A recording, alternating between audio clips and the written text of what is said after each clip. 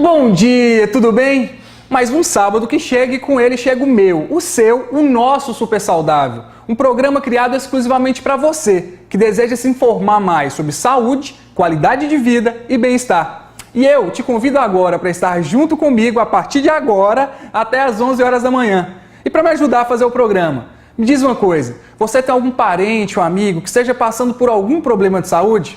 Ou ainda, querendo fazer aquela dieta que você viu na revista ou mesmo, querendo começar um exercício físico, mas sem saber qual é o ideal e o mais indicado para o seu objetivo? Entre em contato conosco pelo Facebook, facebook.com/programa Super Saudável. Estamos também no Twitter, no @supersaudáveltv e pelo nosso site, no supersaudável.tv.br. Entre e seja o nosso pauteiro. No programa de hoje falaremos de lúpus, cuidados com o sol e para iniciarmos epilepsia. Você sabe o que é ou como proceder ao ver alguém sofrendo uma crise epilética? Então acompanhe. Mestre, eu te trouxe o meu filho, que está com espírito que o impede de falar. Onde quer que o apanhe, joga-o no chão. Ele espuma pela boca, range os dentes e fica rígido. Todos sabemos o que está acontecendo com esse garoto, não é mesmo? O que alguns talvez não saibam é que esse relato tem mais de 2000 anos.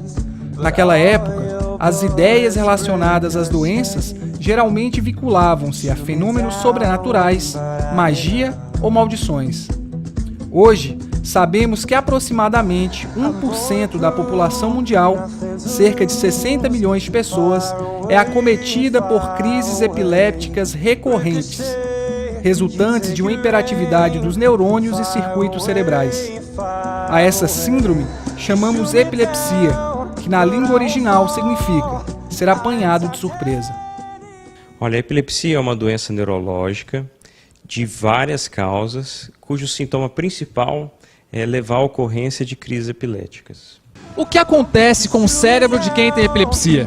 Se comparássemos as descargas elétricas do cérebro ao trânsito, seria como se o fluxo de veículos aumentasse muito e de súbito diminuísse. A epilepsia é uma doença neurológica crônica? É uma doença crônica, mas que tem controle. Assim, com medicação você pode reduzir, na grande maioria dos casos você reduz a frequência de crise e pode manter o paciente sem crises a longo prazo. Mas uma vez epilético, a gente considera que o paciente sempre é epilético, existe o risco de recorrer, se a gente não tratar a causa, então pode ser considerada assim uma doença crônica. Segundo o neurologista, qualquer pessoa pode ter ao menos uma vez na vida uma crise epilética. E salienta que para o diagnóstico de epilepsia, precisam haver ao menos 2 crises epiléticas, além de explicar que essas crises podem não ser iguais. Falando de diagnóstico, é um diagnóstico fácil de se ter ou ainda é uma doença que tem algum problema? Olha, o diagnóstico essencialmente é clínico, seria a presença de pelo menos 2 crises epiléticas bem definidas. Quando a gente fala em crise epilética, existe aquela questão da crise convulsiva que a população conhece, que a pessoa cai ao chão, se debate, mas existem outras crises que são mais sutis, com uma fenomenologia um pouco mais complexa. Mas a gente tem também exames que podem nos auxiliar na realização desse diagnóstico, certo? Então, por exemplo, o eletroencefalograma, ele pode nos ajudar a dizer que aquela fenomenologia que a gente está vendo provavelmente se deve a uma crise epilética. Então, os exames podem nos ajudar a fazer esse diagnóstico. Mas, essencialmente, o diagnóstico é clínico. Mas você sabe o que fazer se presenciar alguém em um momento de crise? Preste atenção ao procedimento ideal. Bom, numa crise generalizada, que a pessoa cai ao chão, a gente deve proteger a cabeça dela. Então, em geral, tirar as coisas que podem fazer com que ela bata a cabeça e se machuque. E, de preferência, posicionar ela de lado, porque alguns desses pacientes eles tendem a vomitar durante a crise, e se ela estiver de barriga para cima, ela pode aspirar esse vômito e ter uma parada respiratória por causa disso. Manter a calma. Normalmente as crises são autolimitadas, 3 a 5 minutos. procurar ligar para, enquanto o paciente está tendo crise, uma outra pessoa já liga para o SAMU para que seja feita a remoção.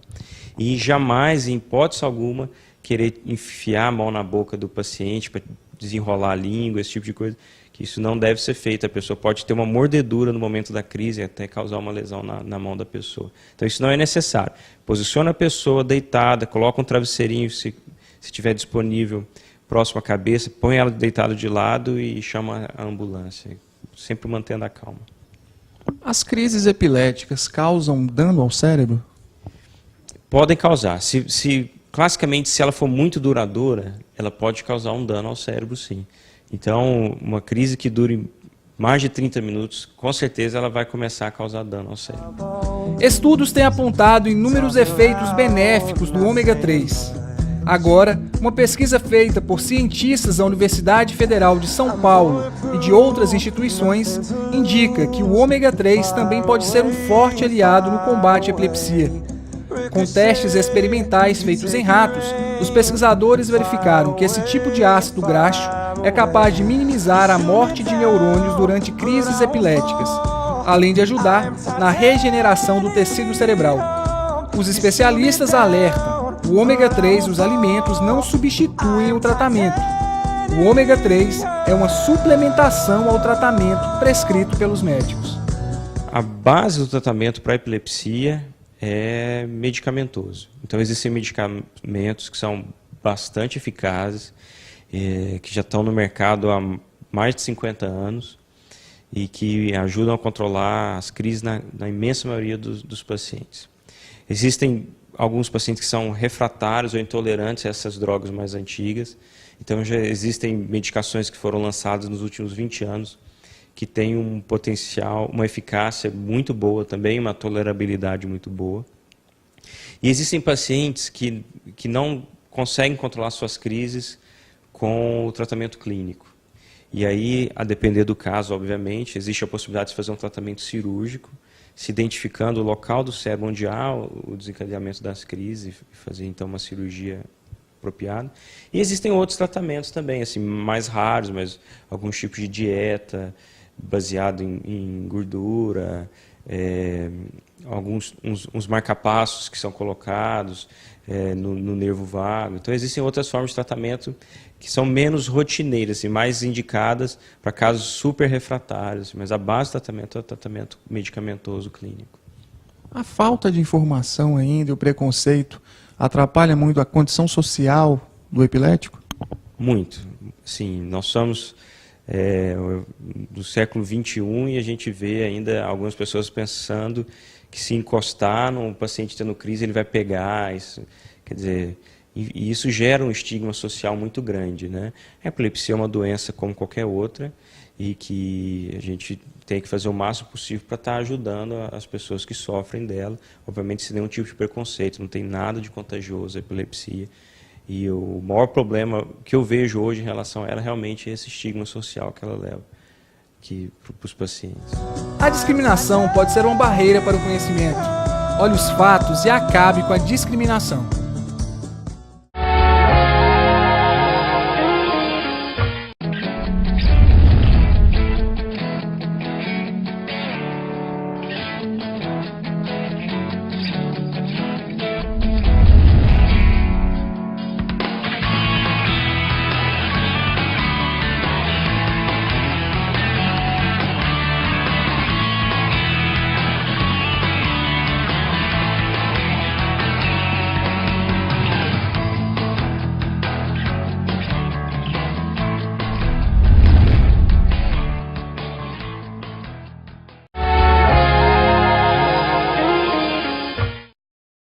Estamos de volta. O verão é uma época maravilhosa, concordam comigo? Ele nos convida a colocar roupas mais leves, irmos a piscinas e mares. Mas você, sabe qual o melhor horário para tomar aquele solzinho? Ou qual protetor solar usar? Assistam! Sol, praia, piscina. Combinação perfeita, não é? Não para a nossa pele. Nesta época, ficamos propensos a doenças causadas pela umidade e pelo excesso de sol.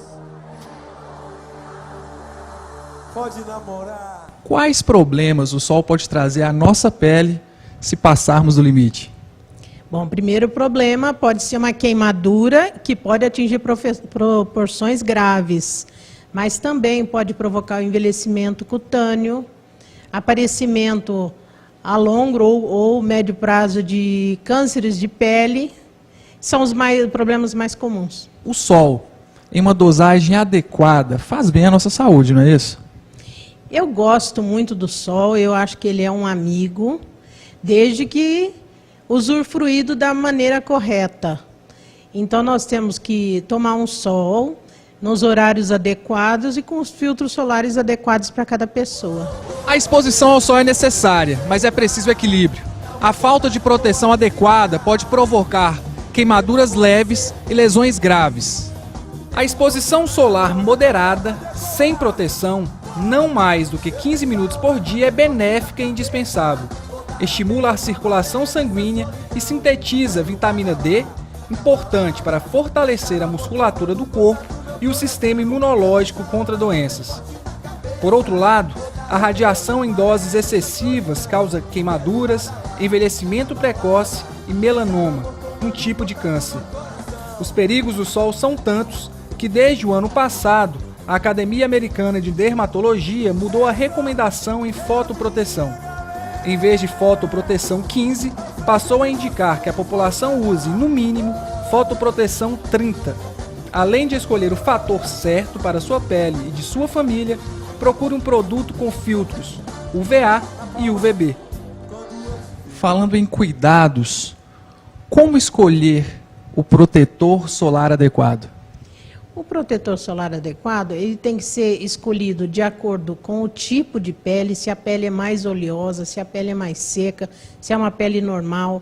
Se a pele é mais clara, existem os tipos de pele, então de acordo com se a pele é mais clara ou mais escura, e de acordo com a quantidade de exposição ao sol também. Para quem deseja ficar bronzeado, a dermatologista faz um alerta ao uso de bronzeadores e afirma: o melhor bronzeado é aquele que conseguimos lentamente, com o uso de protetor solar. O bronzeador, ele deixa a pessoa mais morena, mas pode ter um custo alto, porque ele é geralmente feito com óleos e ele queima mais a pele. Então você fica queimadinho no dia, dali uns 3, 4 dias descasca totalmente. Com a chegada desse verão, qual a orientação que a especialista dá a quem pretende frequentar aí piscinas e praias? Bom, primeiro, a exposição nos horários adequados, então até as 10 da manhã, depois após as 16. Usar um filtro solar adequado. Além do filtro solar, se for uma exposição muito intensa, existem os bonés com tecido inteligente que oferecem uma proteção. A hidratação, tanto por boca, tomando bastante líquido. E, principalmente, os cuidados devem ser maiores com as crianças, principalmente, né? E preveniu. E agora está com a pele queimada e ardida, se hidrate bem. Beba muita água e se a pele começar a descascar, a principal orientação é não puxar a pele, nem acelerar a descamação. Se proteja e aproveite a época mais quente do ano com moderação.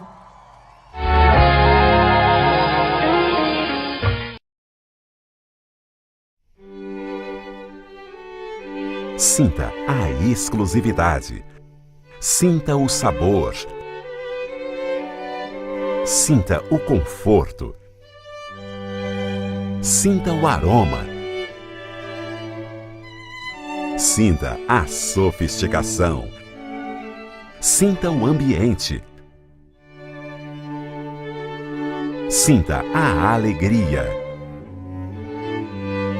Sinta Gustos Gourmet. Avenida Sumaré 435, Jardim Sumaré. Aberta de segunda a sexta-feira, das 11 às 15 horas. Sábados e domingos, das 11 às 16 horas.